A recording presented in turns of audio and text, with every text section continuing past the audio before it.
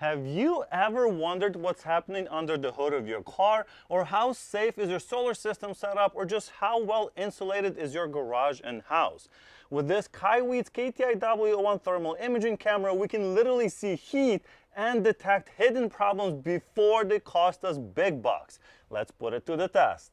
I am super excited to check this out as I've wanted one for over a decade. I remember watching Mythbusters and they used a similar device back in the day when they were super expensive, and I thought that was the coolest thing ever. So let's see what we get here. Pretty simple design here, not too busy, shows us what it can do, so that's good to see. A little bit of information here, so it just tells us what each part of the camera is, and here's what's included. We have the cable, case, and the actual camera. So let's open it up. We have the manual. So it looks like it has a built-in lithium battery. This is a 256 by 192 resolution, which is actually really good for these type of devices. We can also see that this is a fixed focus mode, so it doesn't zoom in or out. And the temperature range is between -20 Celsius to 550 Celsius. That's awesome. -4 Fahrenheit to over 1000 Fahrenheit. So the visible light resolution, the actual camera, is 640 by 480, and the screen size is 240 by 320. Luckily, we have a built-in battery, so you don't need to supply batteries. 3500 milliamp hours, which is good for about 6 to 8 hours, and it just charges with the Type-C cable that we saw earlier. Here is the actual camera. Well, it's a little bit bigger than I expected. It has a pretty nice screen, actually. All right, let's open it up. There is the thermal camera right there, and this is going to be our just imaging camera. Pretty good handle here, so it holds nice in the hand. So you can pull the trigger from here and touch the buttons at the same time. This is rubberized plastic, I would say. It's rubber, but it's pretty hard rubber. Right there we have a USB port. So that's, we're going to be plugging in our charging cable. Not that much on this side, and that's pretty much it. So let's power it on. This is cool. I love it. All right, so here is what my engine looks like about 2 hours after it's been running. So as you can see, there's still a decent amount of heat in it. Right away, we can see that the average temperature in the engine is increasing, which is to be expected. We can see that the left side is warming up a bit faster than the right side, so that's kind of interesting. When I bring you in a little bit closer, you can see some other components are warming up much faster. Obviously, that's going to be our exhaust over there, and you can see it's going over the temperature because the range that I've selected is lower. So let's switch that up. So I'm going to pause recording, go to the menu. Then we're gonna go to settings, temperature range, and we're gonna select high. So if I bring you around with the settings changed to the higher range, we can see that the exhaust is about 400 degrees right there. And why would you wanna look at your exhaust? Well, it might be overheating, or especially if your catalytic converter is overheating, this is a good way to identify that. Pause the recording, and I'm just pressing this button right here to start and pause. Go back to the menu and go back to the standard temperature range, the low. Of course, this engine is running perfectly, so it's managing its heat the way it's supposed to do. So we don't see any hot spots. Especially if you have a cracked hose in your car, you will see hot air coming through. We could also detect electrical issues with this. So if there are wires that are maybe too small or cracked or broken, you will see that they are warming up much faster than the rest of the wiring. This is also a great way to check if your electrical systems are working properly. So I'm pointing at the fuses right now, and what I'm trying to see is if any of them are warming up or overheating. So if some of them are getting very hot, you can easily identify which circuit on the car is your culprit and might be causing issues. So if none of them warm up, everything's good. If you see one that's glowing red, you know there's a problem there. Here is an engine that hasn't run in about a week. So let's see how the heat distributes once we run it. What you're seeing here is the auxiliary oil radiator, and as you can see, it's warming up much faster than the rest of the engine because that's where the warm oil from the bottom is being sucked into to cool off. We can also see our coolant system working. The warm coolant is filling up the hoses, especially this hose that I'm pointing to right now. And what's interesting is that on the other side right here, there is no warm coolant. So until the thermostat opens up, we're not gonna see any warm coolant going into that hose right there. So that's actually a very good way to test your thermostat and water pump. So if you're not seeing that this ever opens after, a good 10-minute drive, well, we know we have an issue. Here's the difference. This is what you see with your naked eye. This is what you can see with this cool gadget. We can also easily identify if we have sticky brakes. How? Well, if a brake pad sticks, it will rub against the rotor and it will get much, much hotter than it's supposed to. So if we point our camera at the rotor before we go on a drive, we can see that they're regular temperature.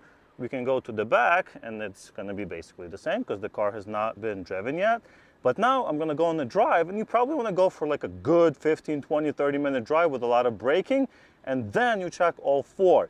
If one of them's much hotter than the other one, well, you know there's an issue there. And brake. Oh, there you go. That'll warm them up. So going on a slightly more aggressive drive, you can see the grill vents have opened on my car. So we know the car has run hard. But what we're here for is to see what the brakes look like. And look at that. That's the difference. See? 250 Fahrenheit, okay? Let's go to the back. 170, okay? Of course, the rear brakes are not going to be nearly as hot as the front, as this car is front brake biased. But let's go to the other side. So we want to see similar temperatures. Let's take a look. And we're also around 250. So that's perfect. If this one was 400, for example, and the other one was 250, then we know that this one was the problem. If you recently started working on solar or just want to check your work, for example, I'm redoing all of the wiring on my system right now, you can easily check if there are any issues. So for example, we can point at the inverter or at the other one, see if any of them are getting too hot. Are any of the wires overheating and getting too hot?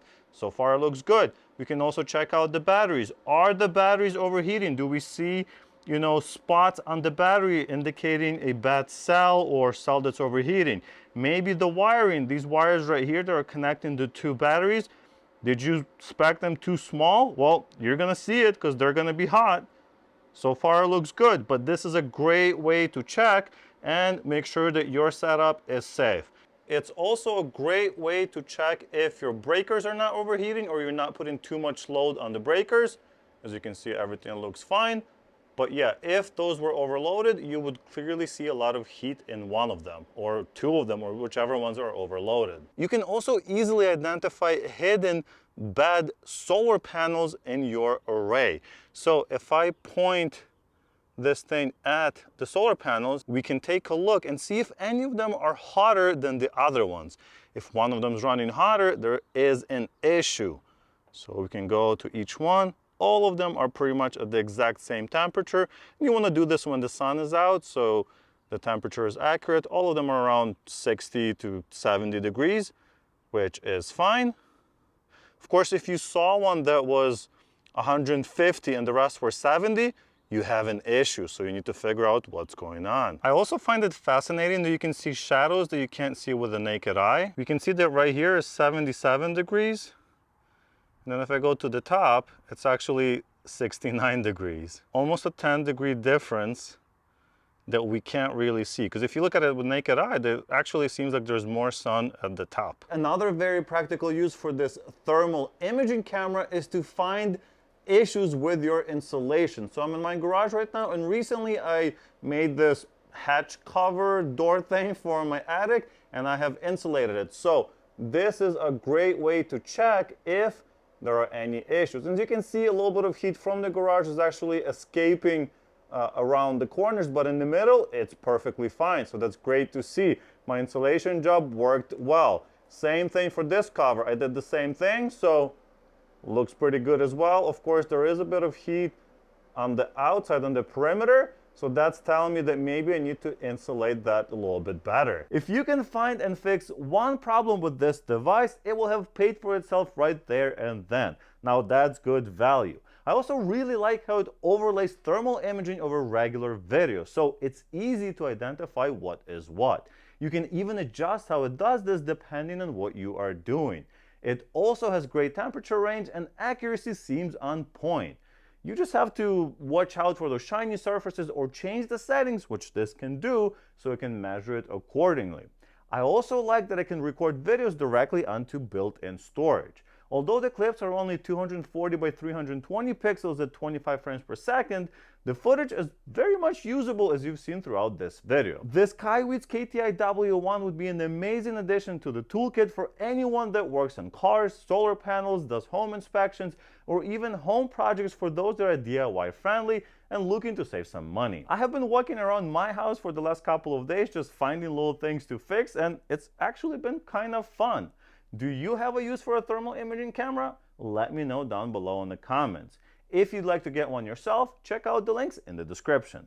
Thank you so much for watching, and I'll see you in the next one. Bye!